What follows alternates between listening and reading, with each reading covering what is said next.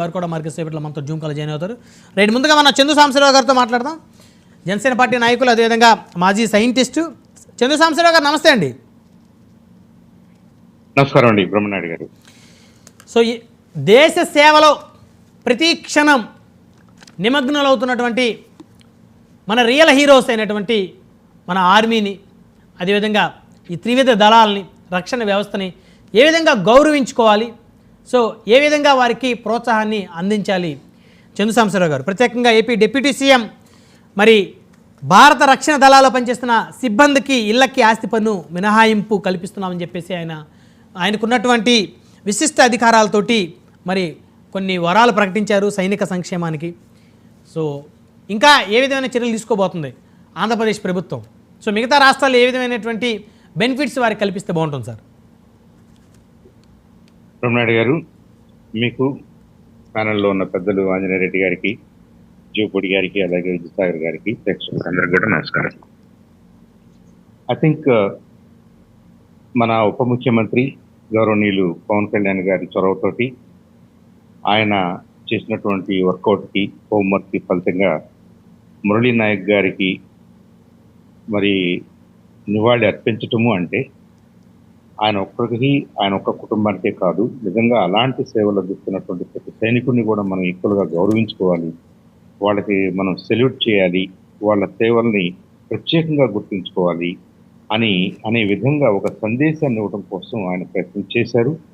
ప్రభుత్వం వైపు నుంచి ఏం చేయగలము, ఎలాంటి రాయితీలు పెంచగలము సైనికులకి, వాళ్ళు ఏ దళంలో పనిచేసినా, వాళ్ళు ఆర్మీలో ఉన్నా, లేదంటే నేవీలో ఉన్నా, ఎయిర్ ఫోర్స్లో ఉన్నా, ఏదైతే మనం మిలిటరీ అంటామో ఆ మిలిటరీలో పనిచేస్తున్నటువంటి ఉద్యోగులకి మనం ఉద్యోగం అంతం కంటే కూడా వాళ్ళ జీవితాన్ని త్యాగం చేయడానికి ముందు వచ్చినటువంటి వీరుడు, అలాంటి వీరుడికి ప్రత్యేకంగా గుర్తింపు ఉండాలి, ఈ సొసైటీ గుర్తుపెట్టుకోవాలని చెప్పేసి ఆయన ప్రయత్నం చేయడం అనేది అభినందనీయం. మన దేశంలో, మరి ముఖ్యంగా మన దేశంలో మొదటి నుంచి కూడా ఆ సాంప్రదాయం ఉంది. మనం మిలిటరీలో పనిచేస్తున్న ఎవరు మనకు కనపడినా కానీ వాళ్ళని ప్రత్యేకంగా చూసుకుంటాం.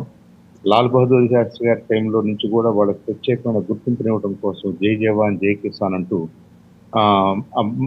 అది మనకి పరంపరలో ఒక భాగంగా ఉంది. No doubt about it.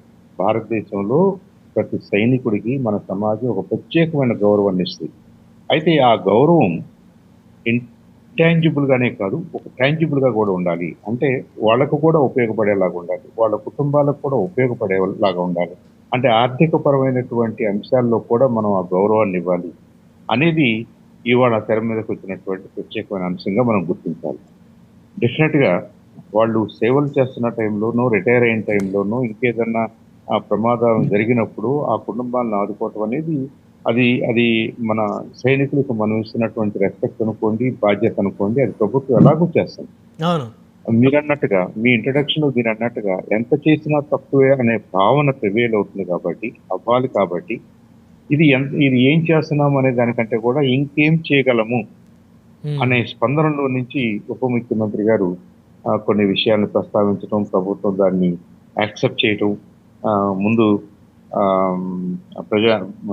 మన పంచాయతీరాజ్ వ్యవస్థలో ఉన్నటువంటి సైనికుల ఇళ్ళకి ఆస్తి పన్ను ఉండవసరం లేదు, వాళ్ళకి మనం ప్రత్యేకంగా రాయితీ ఇవ్వాలని చెప్పేసి ఆయన ప్రపోజ్ చేయడం, దాన్ని ఎక్స్టెండ్ చేస్తూ బోత్ ఫర్ రిటైర్డ్ అండ్ సర్వీస్లో ఉన్నటువంటి అందరికీ కూడా అది వర్తింపజేయాలని చెప్పేసి ఆంధ్రప్రదేశ్ ప్రభుత్వం నిర్ణయించడం అనేది నిజంగా సంతోషకరమైనటువంటి వార్త.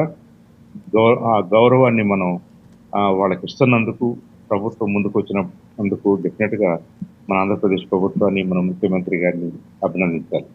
ఇక రెండవది, అలా మాట్లాడి ప్రభుత్వం చూసుకుంటుంది అనే దాంతో సాటిస్ఫై కానీ పవన్ కళ్యాణ్ గారు ఇంకొక స్టెప్ ముందుకెళ్ళి వ్యక్తిగతంగా కూడా, అంటే ఆయనకి ఏంటంటే ఏదో చేయాలి అనే తపన అది ప్రత్యేకంగా కనపడింది.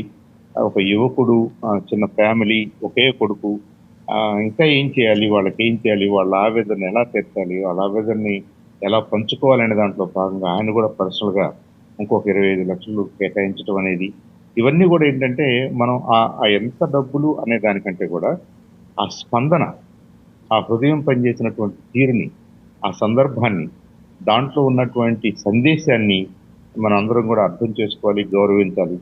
ఇది ఏ పార్టీకి సంబంధించిన అంశం కాదు, ఏ ప్రాంతానికి సంబంధించిన అంశం కాదు. జవానులు జవాన్లే, సైనికులు సైనికులే.